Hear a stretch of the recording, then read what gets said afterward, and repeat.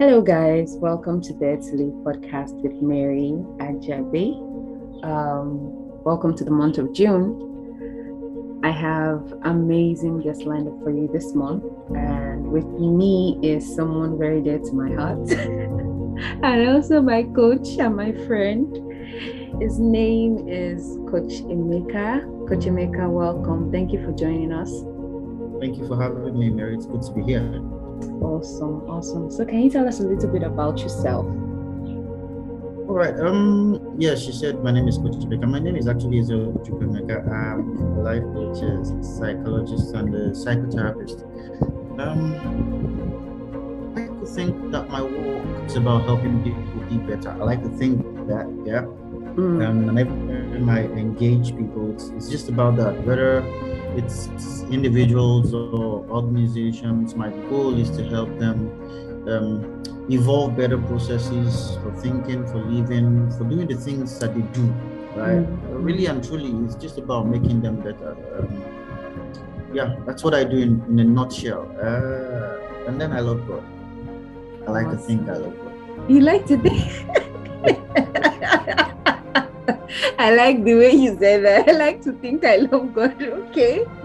I think we'll touch on that a little bit during the course of the conversation. But so we'll be talking on authenticity this month. And the reason why this thing came up is I realized, I think over a couple of weeks now, there's been, so personally, right, I kind of just realized that there's been this struggle, and having conversations with quite a number of people, I feel like a lot of people are in this space where there's almost like an inner struggle and a fight with trying to be themselves, with the current culture and the evolving of culture and all that is happening currently in the world. I find that a lot of people are having, I wouldn't say imposter syndrome, but I think that a lot of people are getting mixed up.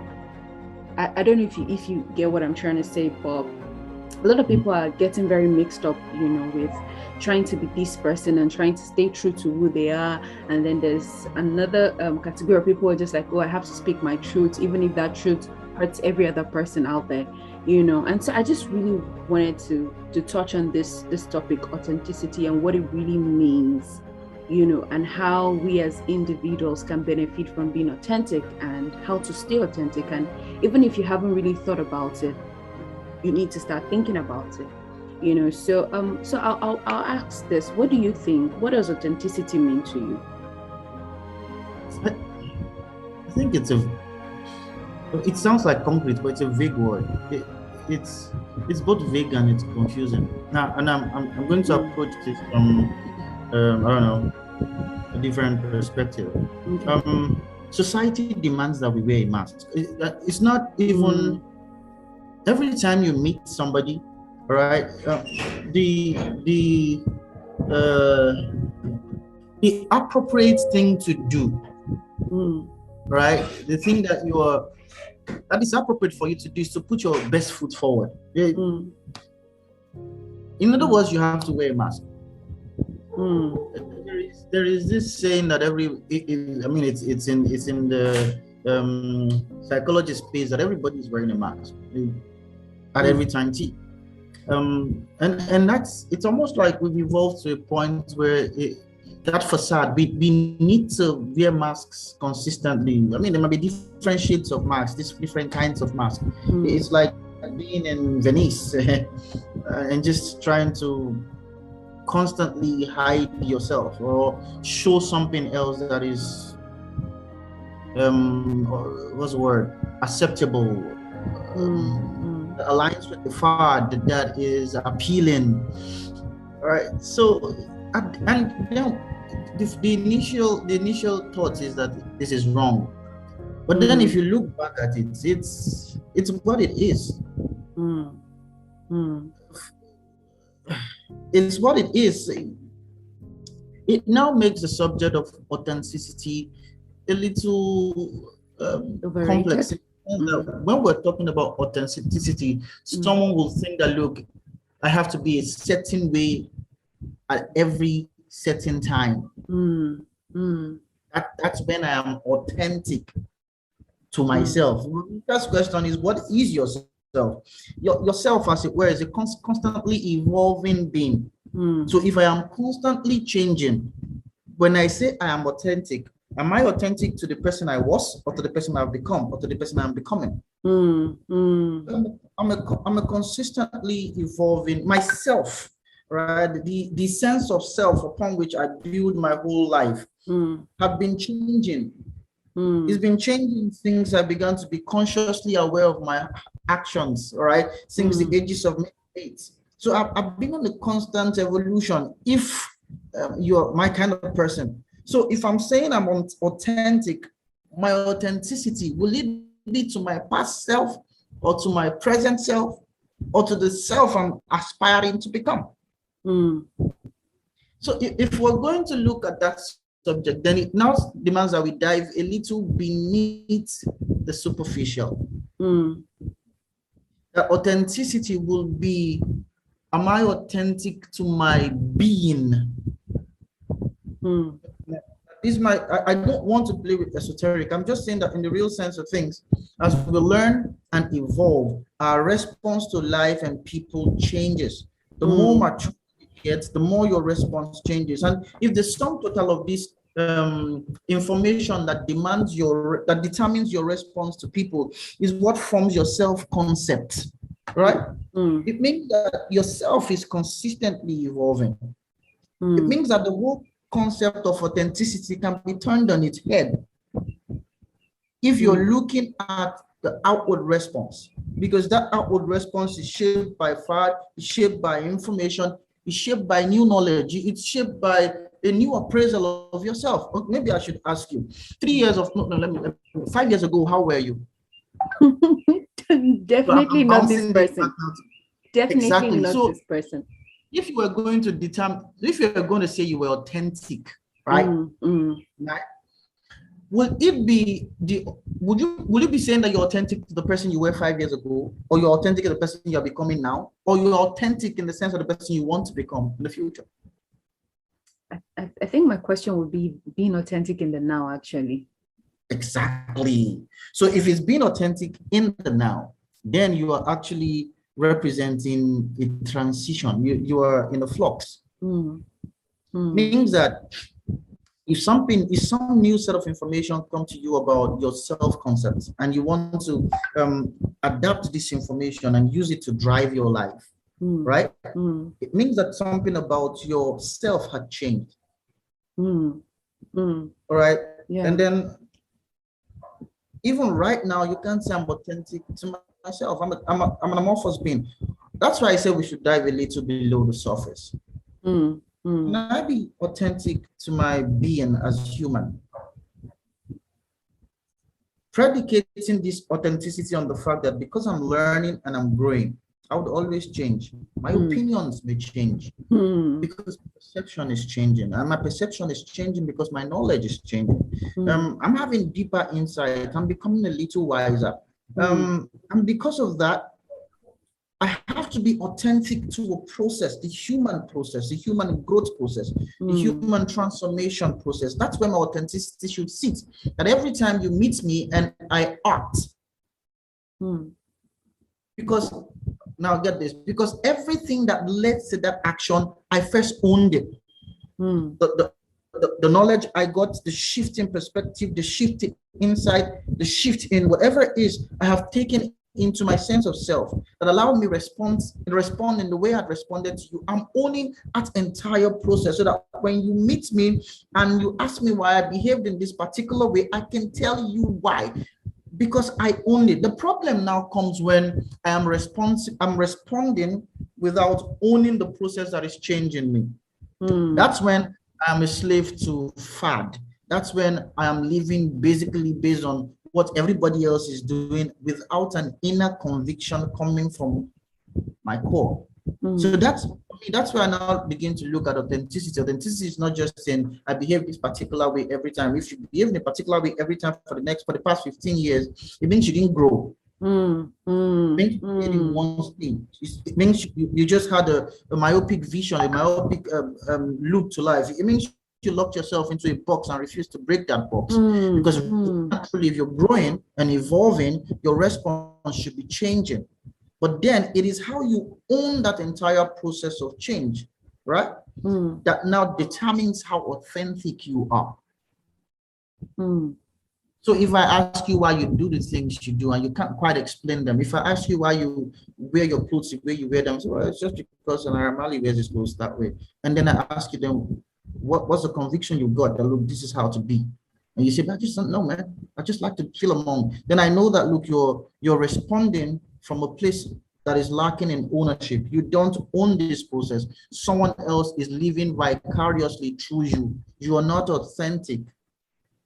You are a mask. So you're not just wearing a mask, you are the mask. You are a consistent mask. So you literally allow your whole sense of self evolve around people and fad and trend, not around conscious transformation.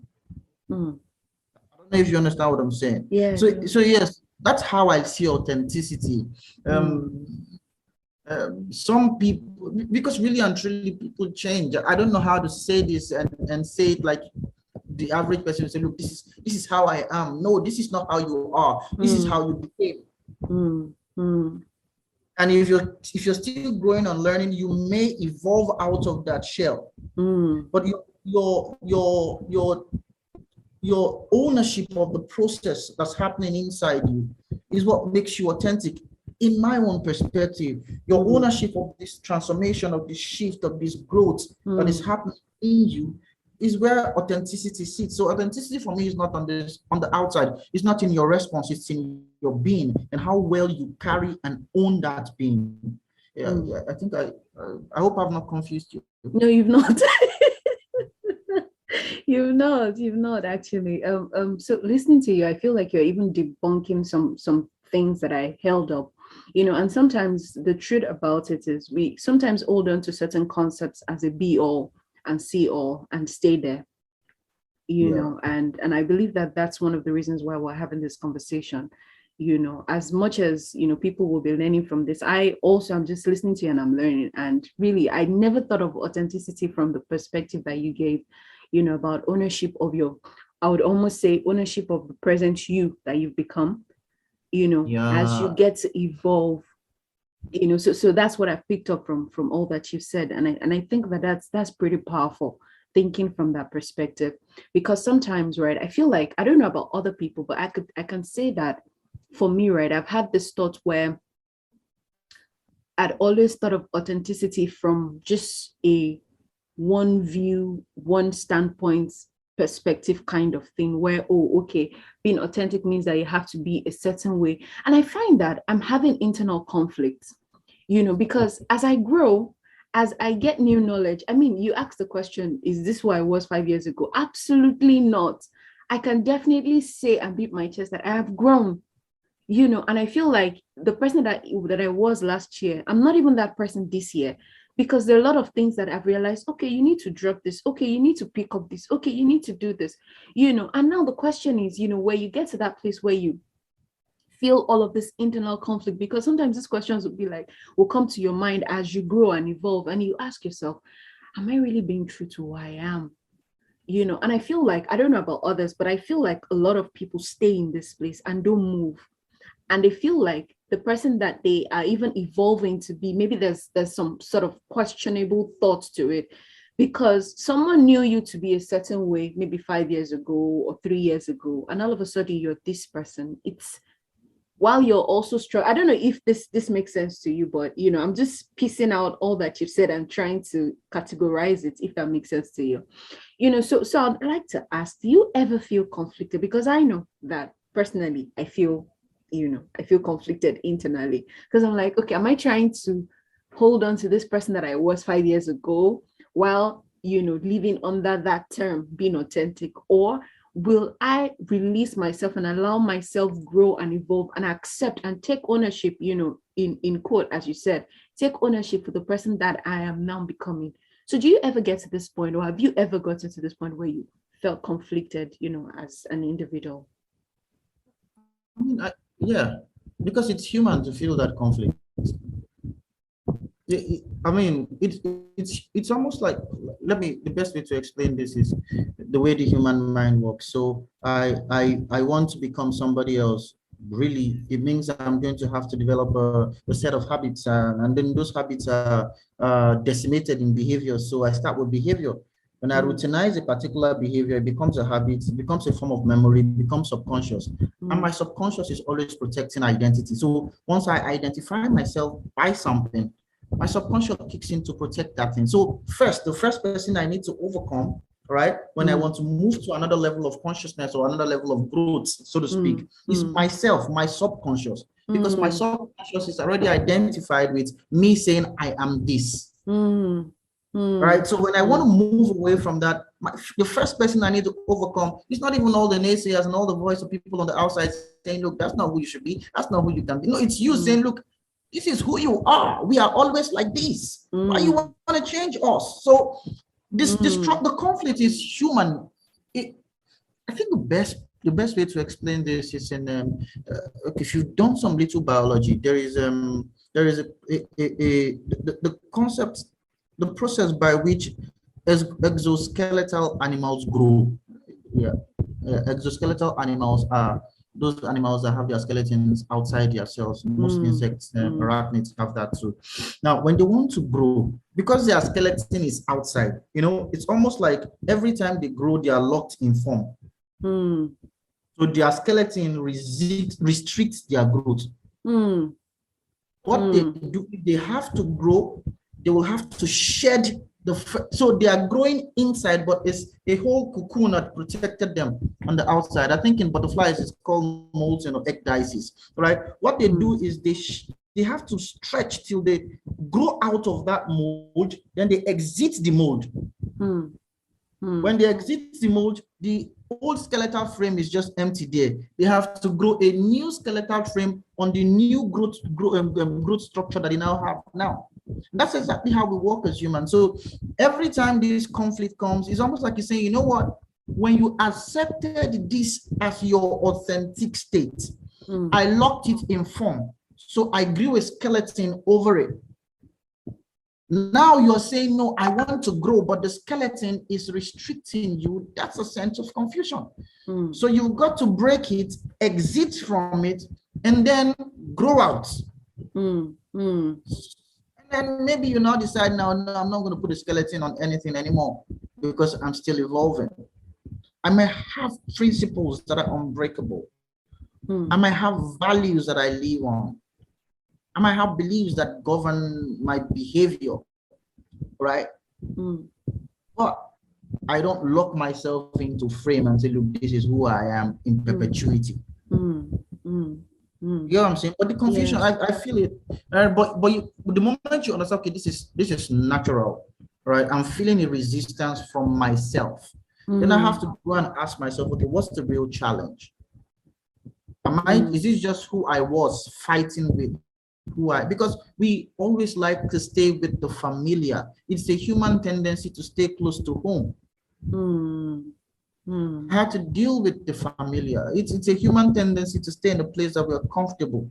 So once you're beginning to dive into something that is uncertain, uncomfortable, the first place where you get resistance is in you, not even in the external environment. It's you that first resisted, because he's saying, guy, you're moving out of what we know. You're moving out of what we can handle. No, this is not what we're used to. And so that's what the confusion is. And if you understand that, look, it's part of the growth process.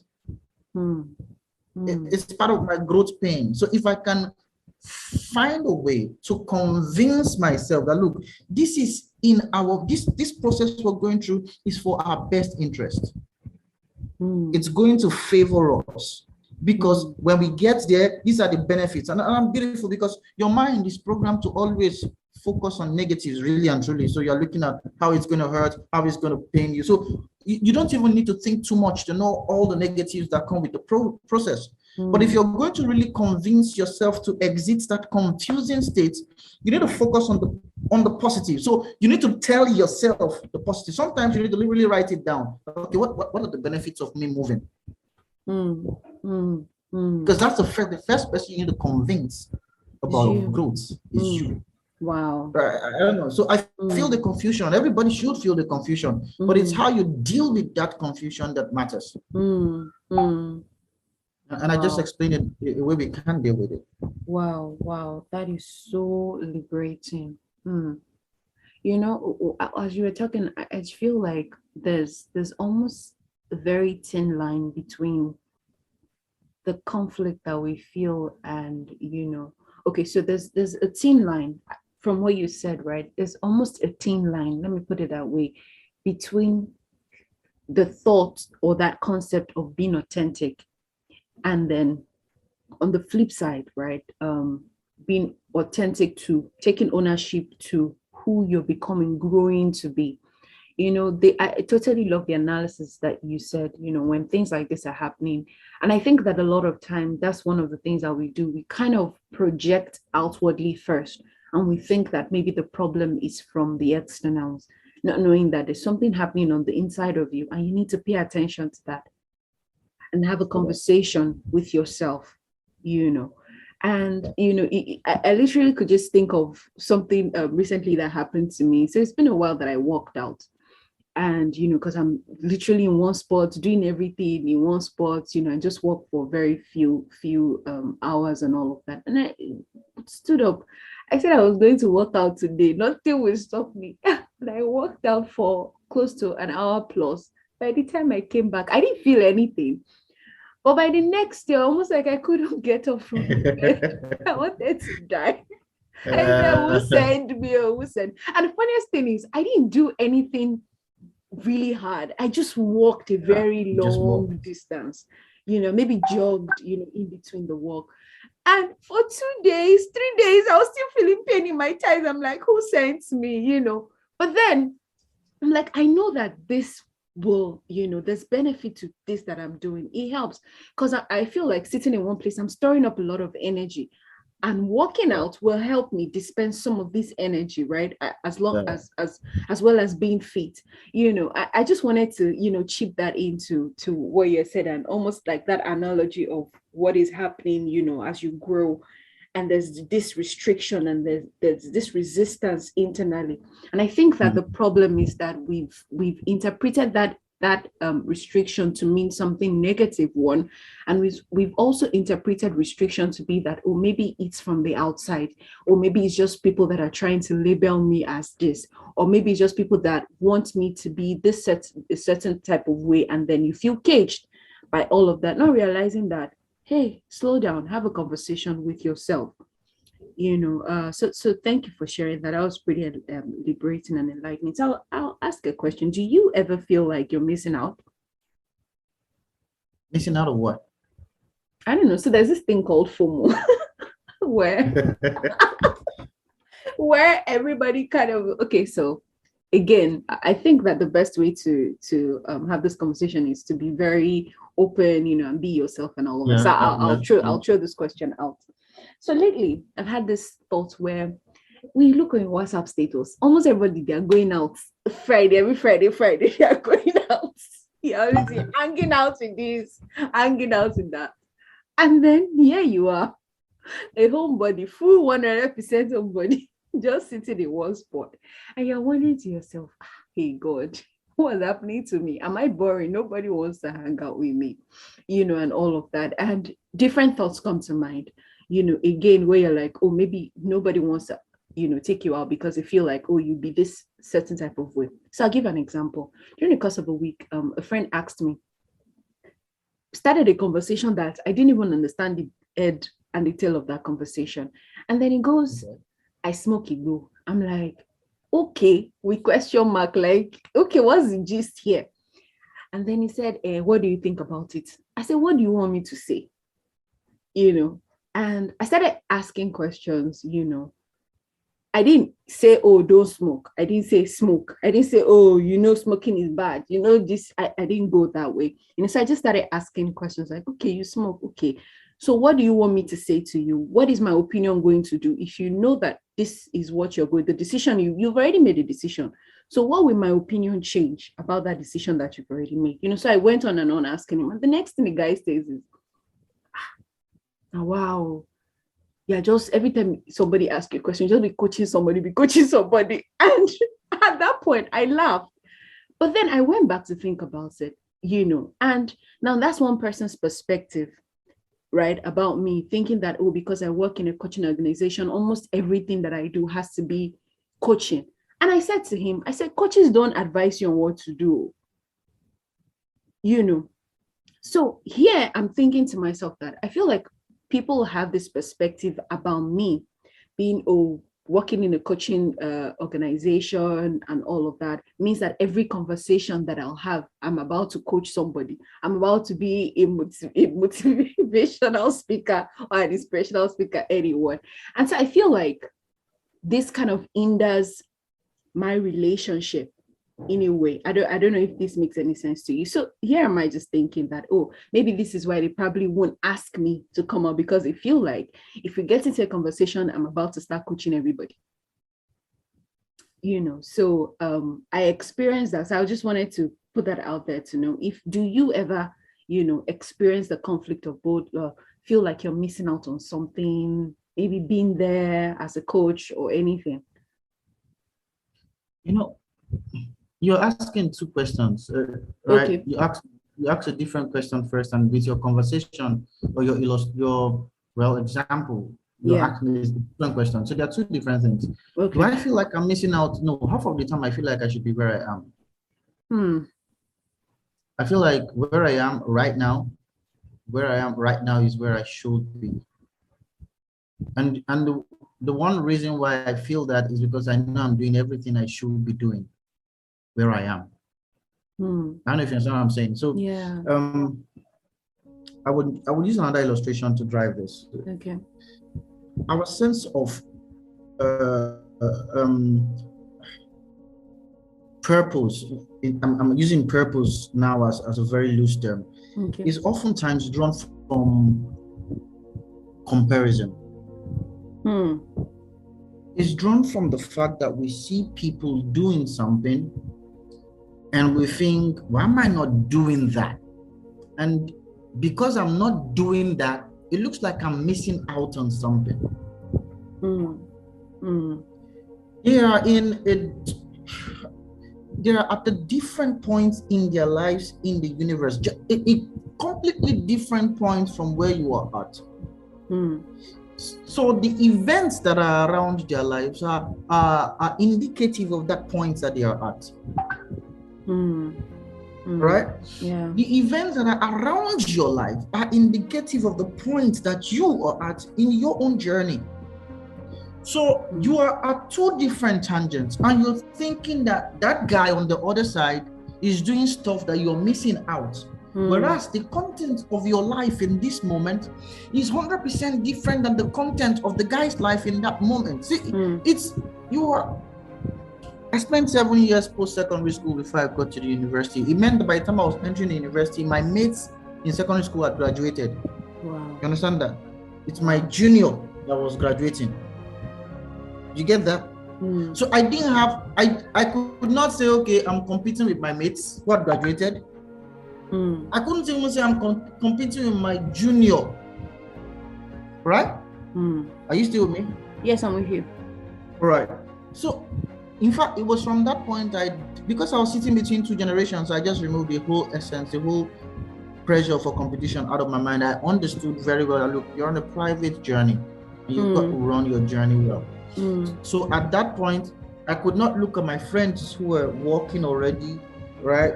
Earning money, and say, look, I'm missing out on life. I couldn't look at them because I was on my own point in this, and I did not choose the journey chose me. You got to understand this. The things you're not in charge of, the things you have no control over. I had no control over the events of my life in those 7 years before the university, and I could not just continue to waste my new space regretting the old space. So I had to accept the fact that this is where you are on your journey. So it means that some of the things that are achievable,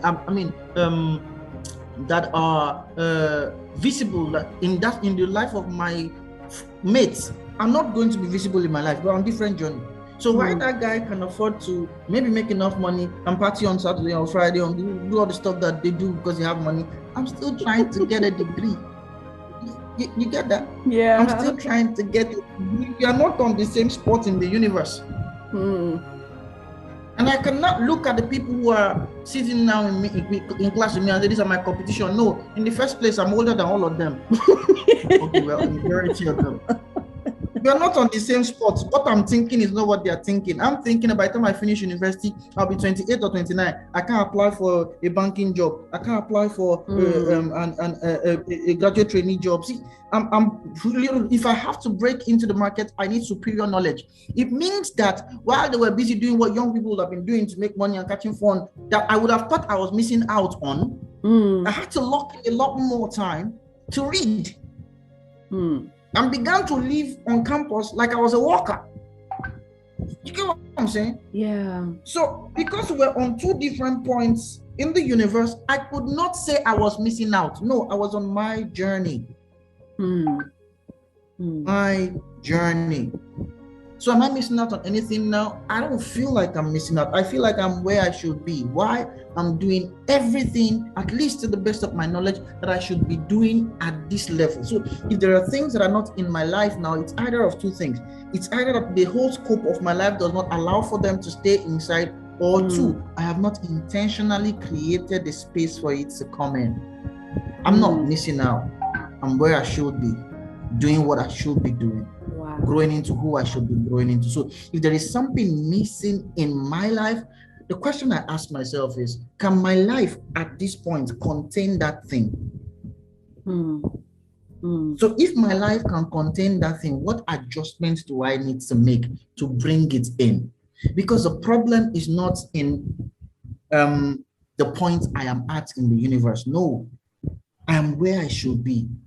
The problem is in my comparisons. And because my comparisons don't take me into cognizance, half of the time they only take the other person I'm comparing myself with or the other state I'm comparing with into cognizance. When I'm comparing myself with you, I'm not taking into cognizance my own reality. I'm telling myself that irrespective of my reality, I should be where you are. That's what I'm telling myself. Irrespective of my reality. So I'm not considering the fact that, look, I have X, Y, Z things to do. No, I'm not considering all that fact. I'm just saying, look, that guy seems to be living more life than I'm living. What's wrong with me? So I've not even taken account, looked through my life and seen the key components of this spot that I am in the universe, this place that my journey had brought me to. So if it's just fun that is not in my life, I can always arrange fun to come into it. You know what I'm saying? I can always say, okay, you know what? Every Friday, I don't need to take somebody to take me out. If nobody agrees to take me out, I take myself out. And I just regularly meet one person where I've taken myself out to and ask the person, how are you? And if the universe so conflicts in that moment, aligns in that moment, that person doesn't have somebody else, we will gist, and I will make a friend, and I will go back home. Because at this point in my journey, these are the things I'm supposed to be doing. I think it's a very sad waste of time and life, right? To carry a sense of guilt and depression based on what somebody else is doing, without first acknowledging all the things you have been doing to be in the place that you are at this moment. Except that place is not where you should be, except you're not doing all the things you should be doing, except you've not acknowledged that, look, I'm on the spot in my journey, and these are the things that define this spot, except you've not made that acknowledgement. But the moment you make that realization, it really don't matter what anybody else is doing. At that point, you realize what's lacking in my life. And when you know it, can I make room for it? How do I make room for it? I can't afford to go out every Friday. I'm not that cashed up. So can I do one Friday in 2 weeks or one Friday in a month? My salary comes. I just arrange more money and say, you know what, this one is for girl. This girl, is going to chop something and take herself out, and I will do it unapologetically. And I will not blame myself for not going out on the other Thursdays, because at this point in my journey, I can't afford it. Wow. I don't know if that makes sense. I'm not missing out on anything. I'm where I should be based on all I am doing. I'm at this particular point in the universe. And if I want more, it means I have to grow and create space for more. Wow. Wow. Wow. This is powerful. This is so powerful. Okay. So I would like you to speak more to the issue of the comparison, and along, the journey to embracing your journey, really. I'd like you to speak a little bit more on that, because I feel like a lot of us don't get swept up, get swept in by that tide. And more so now, a lot of people are currently feeling, that wave more than before. So I'd just like you to shed more light on that. All right. So, first, these concepts are not very, very. It's not even very. I don't want to say they're even esoteric or spiritual. They're just what they are. The first thing is that we relate basically with some sense of social comparison. There is a harmless sense of social comparison that allows us evolve and grow. Sometimes concepts like modeling, mentoring allow you compare yourself with somebody so that you're growing. But it becomes dangerous when you have unhealthy comparisons, when you are not, I mean, if I'm going to accept a model, it is based off the fact that I know that I have some growth space. I can grow into this. If I need a mentor, it's because I have a growth projection that I think this person can help me grow into. So when I'm making those healthy comparisons, they allow me grow, they allow me evolve, they allow me become a better person, right? And that's the point where comparison becomes healthy. But it becomes unhealthy when we are now not considering where we are, not considering how we've evolved, but we are expecting that we will have the same outcomes and realities that someone else has. So I have not really taken stock of where I am on my journey. Now, it's complex, but I wouldn't say complex. It is easier to understand when you look at it from this perspective, the perspective of the person who is consciously growing, who is intentionally growing, who is saying, you know what, I'm going to get my life better. I'm doing what I need to do to get my life better. I'm doing everything, at least to the best of my knowledge. All right. Now, when you've arrived at that point where you are actually doing something, all right, the onus now lies on you to hold and own that space that you are in. If someone comes to accuse, if you're the accused, I think I will use this story to drive that. Okay. Around this period when I was trying to get into the university, I was working in a warehouse, and in that warehouse was on a stretch. Just at the end of that stretch of road is a secondary school. It wasn't my secondary school there, but my secondary school teacher, he taught me in GSS2 and GSS3, was now teaching in that school. I didn't know, because this was maybe like 4 or 5 years after secondary school. So on one of those mornings, I was going to work, and then I meet my secondary school teacher. And then he greets me because he knows me. He handed me my report card for 2 years, and I was always coming first, right? So he greets me and called me by my surname. Ezeogu, how are you doing? I said, I'm very fine. He now asked me if I finished university. I said, no, I've not even entered. He said, what? Wow. And he's a spiritualist, Yeah. So he says I should come and see him in his office, that I have a spiritual problem. Because I was performing in secondary school.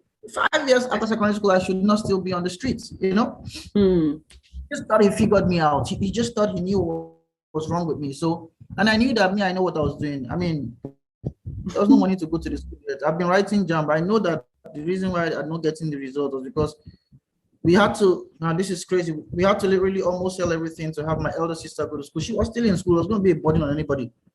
All right. So a part of me knew that, look, there's no devil here. I'm on a journey. A part of me knew that. All right. So when he said I should come see him, I just, you know what? I can't accept that I have a spiritual problem. I don't have one. So I didn't go see him. Now, what happened was a couple of weeks later, I was going to work on another morning, and by some stroke of fate, I met him again. Now, get this. This is the fact that everything scatters for me. And he sees me coming from afar. And this about 7 o'clock, 7:15, students are going to school. Everybody was there. And then my ex-secondary school teacher looks up at me and raises his voice and points at me and says, Ezeogu, continue to waste your life, continue to waste your life. I'm like, oh my God. And everybody's looking at this boy that is wasting his life. Oh my goodness. The truth is, he didn't even understand my journey. And I couldn't blame him because he was using my prospects to measure my. He was using the prospects at that. I saw this boy in secondary school. He's not that daft. He's not a very little boy. No, he was looking at the promise that he thought my life held when he knew me to measure my life in the present. But one thing he was not aware of was my journey. Half of the time, the people you are comparing yourself with, or the people that are even making you try to look bad for where you are at, don't understand your journey. And that's and only you can tell your story. Nobody can. You get that? It's so nobody can tell your story. They can talk about you, but they can't tell your story because your story is your sole prerogative. It's yours. You're the one who had to walk all the paths. You're the one doing. This guy did not know that just before. He had no knowledge of how tumultuous my life was, how everything in my family was upside down at that moment, how it was just difficult to even eat. So those were things that were outside his life. If he knew my story, he would celebrate me as a warrior. You get what I'm saying? But because he didn't know my story, he was using my promise and my present to make an unhealthy comparison between me and my mates who he knows are in the university, and some of them are graduated.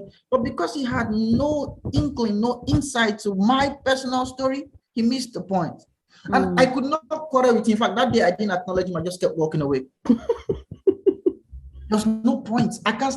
How will I tell you the story of 5 years inside 5 minutes? No, you can't grasp it. There's not even enough time to share with you the details of my journey. There's no way I could explain to him on that point that I even wrote up until what's it called now? Foreign exams, and I didn't get the results released. So you get that when you write a US exam or a UK exam and the result was not released. It's not just jumble. And you know that it's not spiritual. Can you just grow, boy? So there was no way I could explain to him the details of my journey. The people who are comparing your failure with their success don't know your journey because they think your failure actually failure, but your failure is a step in your process. You are still on a journey. I mean, you need to own it. You see, if you actually know where you are going, you can own every step in the process. I think it's one, I don't know who said it, that if you know your why, you can bear anyhow. So every single step in the process, you will own it because you know, look, I'm going somewhere and I still see this place. And I'm still doing everything. So it doesn't matter whether my jam result was seized, and I know very well that there is still no money to pay school fees next year. I will still work for money and buy jam form for next year. So I never stopped buying those forms. So I never stopped doing the things I had to do to get where I had to go. So that I was not seeing myself as a failure. Look, I still am working and I'll break in because I'm not going to quit. I know who I want to become. So the first step is owning that, and you need to own your journey. Except you're not taking any, and then whatever people can call you, then you can accept it as who you are. But if you're taking steps, if you've seen where you want to get to, and you're taking steps to get there, you're going to hit, you're going to hit lows, you're going to hit highs, but it's still your journey. So when you own it, right? You can be intelligent about comparisons. You can look someone in the eye and tell the person, you know what, I don't have this now. It don't mean I'm not going to have it. Right, but I'm not going to depress myself for not having it now because I don't have the resources for it now. I'm at that point in my life where my world cannot hold that. Except you want me to truncate my journey and go do Yahoo. Then that means I've left my entire journey. I have allowed comparison lead me down a path that I cannot retrace myself from except by grace. Only your journey. There is enough in the universe for all of us. See, what I've discovered by experience, by training, because of what I do, is that you would always arrive at where you want to arrive. And sometimes better. You will always arrive at where you set your eyes on to arrive. If you don't quit, if you don't give up, if you keep walking and changing and evolving and growing, and sometimes you will arrive at a better place than that place. Problem comes when you allow comparisons push you out of your journey, and now you are not on any other person's journey, you are not on your own journey, you are in some kind of flux. That is the biggest place to be. Almost like you're detached from everything. You have a lot of things, but you have nothing because you are essentially nothing. You have left your path. It's almost like someone who's running on a relay race. The tracks are marked. You have to stay on your own mark. You are very fast, very quick, but you are off track. You will arrive at the end and you will not receive anything. So you will not have a sense of arrival, even if in some way you completed the race, but you completed the race outside your track. There is no reward, there is no medal, there is nothing. You are in flux. You're shouting, but it's not for you. You're celebrating, it is not yours. You did not run your race. You did not walk your journey. You allowed comparison, unhealthy ones, dump you out of it. Then you were in a flux. You're like someone caught between life and death. You're existentially empty. You carry an existential void. I think this is where Viktor Frankl's logotherapy will come in. You carry an existential void. There is a space, a perpetual space on your inside because you sense that, look, I'm not where I should be doing what I should be doing. I have a lot of tangibles, but I have no life. Simply because I left my journey. Own your journey. And every time comparison wants to bring you down or bring you out, you're the only person who can remind yourself that, look, this is a point. I'm at this point in the universe. I'm not going to be at this point forever. I have a place I'm going to. When I get there, I can afford this. When I get there, I can get this. If I don't stay true to this, I might get something that look like this for a while, but I will lose it. And I'm losing on two levels. I'm losing the facade that I thought I had, and then I'm losing my journey too.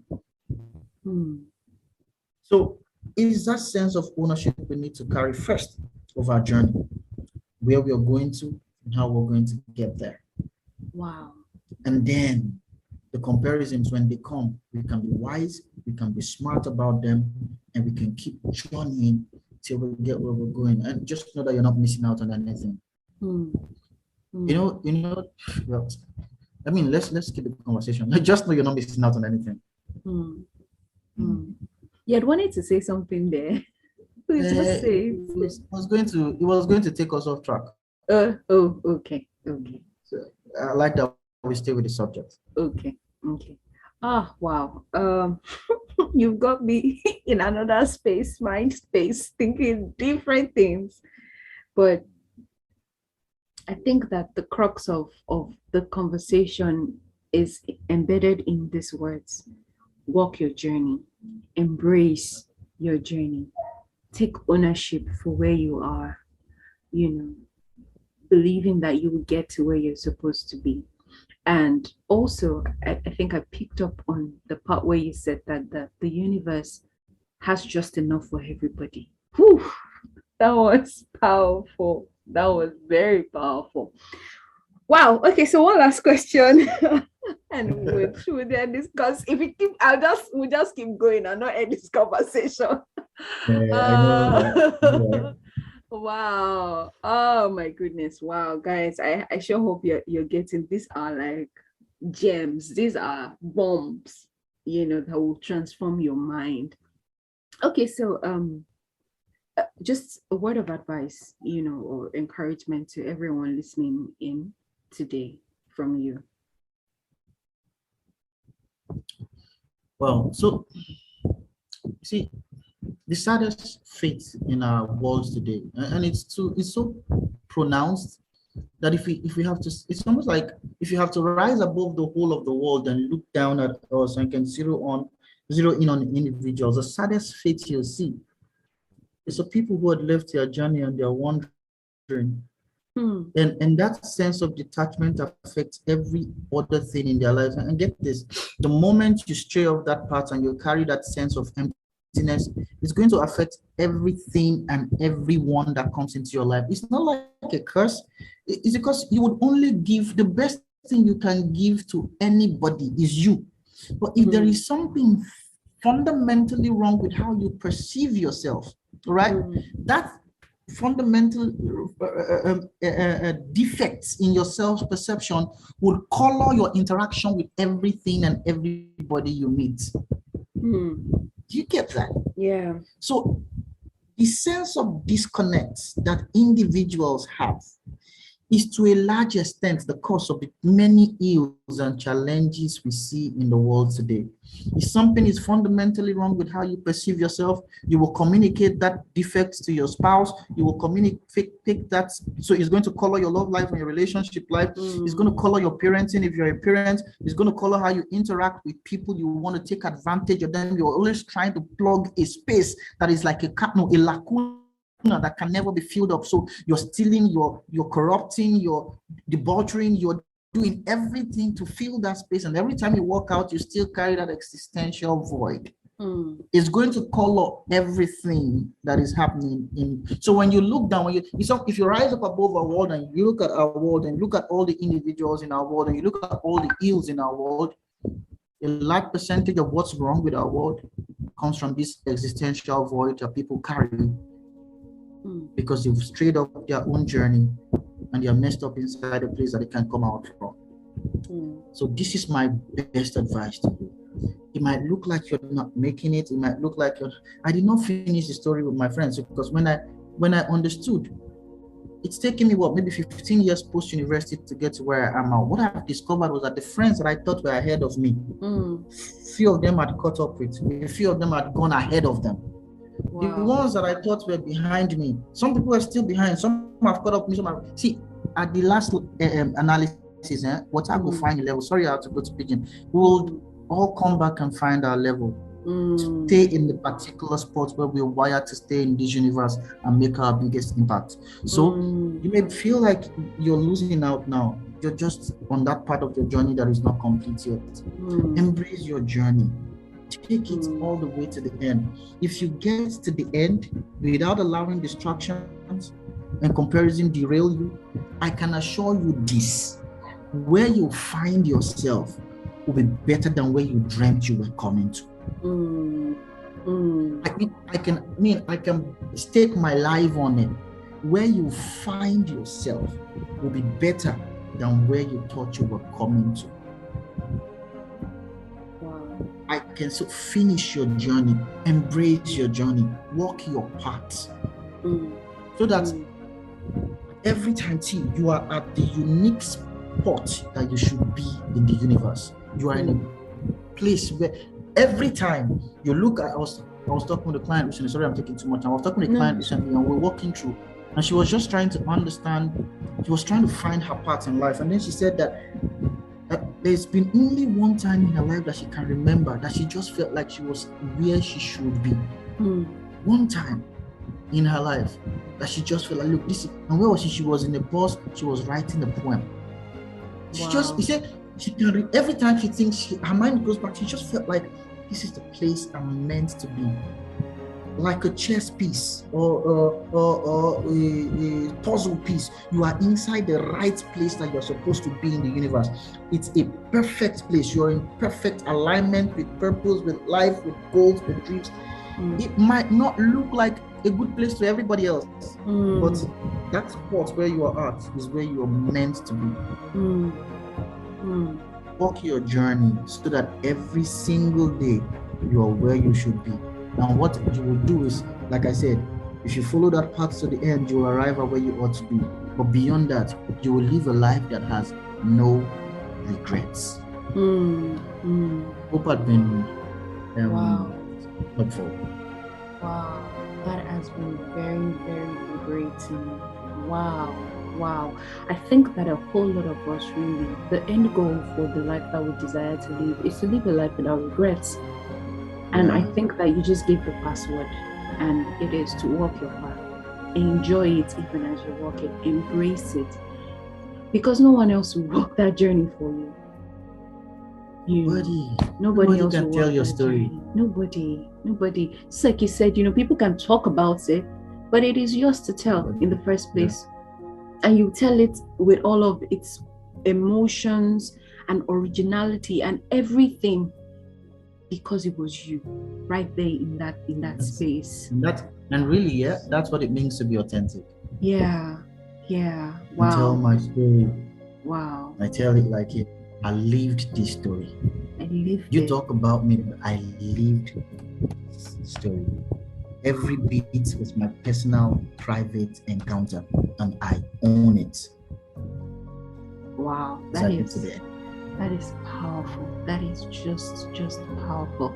I don't think there's anything else that I have to say. Like, guys, if you're listening to this, I sure hope you get to listen in, because this is not something that you want to listen to one time. It's something you want to listen to over and over again till it sticks in your subconscious that this is it.